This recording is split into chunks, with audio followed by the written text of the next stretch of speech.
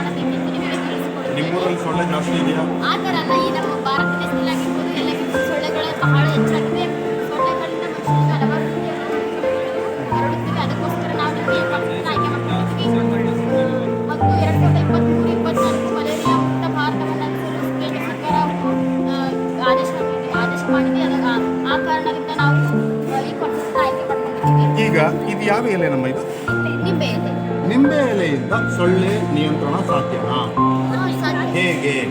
ಅಂತಂದ್ರೆ ಈಗ ಒಂದು ಇದು ಮಾಡಬೇಕಪ್ಪ ಅಂತಂದ್ರೆ ಒಂದು ಸ್ಟೀಲ್ ಪಾತ್ರೆ ಇದೆ. ಈ ಸ್ಟೀಲ್ ಪಾತ್ರೆಯಲ್ಲಿ ಒಂದು 60 ವೋಲ್ಟ್ ಬಲ್ಬನ್ನು ಹಾಕಿದ್ದೀವಿ. ಅದ್ರ ಮೇಲೆ ಒಂದು ಅದಕ್ಕಿಂತ ಸಣ್ಣ ಸ್ಟೀಲ್ ಪಾತ್ರೆ, ಆ ಸ್ಟೀಲ್ ಪಾತ್ರೆ ಸುತ್ತಲೂ ಹೋಲ್ಗಳನ್ನ ಹಾಕಿ ಇವಾಗ ಈ ನಿಂಬೆ ರಸವನ್ನ ಇದ್ರೊಳಗೆ ಹಾಕ್ಬೇಕು.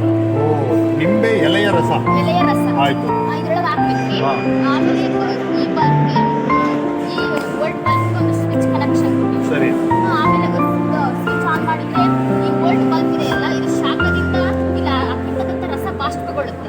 ಬಾಷ್ಪಗೊಂಡು ಇಲ್ಲಿ ಇದು ಹೋಲ್ ಹಾಕಿದೀವಲ್ಲ, ಹೊರಗಡೆ ಬರುತ್ತೆ. ಈ ಹೋಲ್ ಇದು ಯಾವ ಎಲೆ? ಇದು ಪುದೀನ ಇಂದನೂ ಮಾಡ್ಬೋದಾ?